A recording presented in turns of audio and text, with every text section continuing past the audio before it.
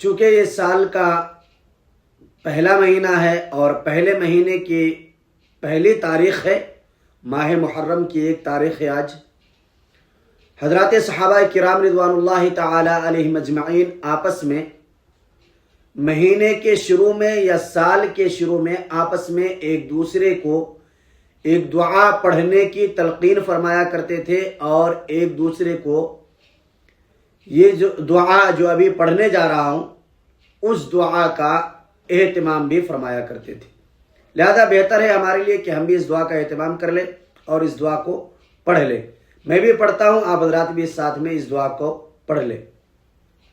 دعا ہے اللہم ادخلہ علینا بالامن والایمان والسلامت والاسلام ورضوان من الرحمن وجوار من الشیطان۔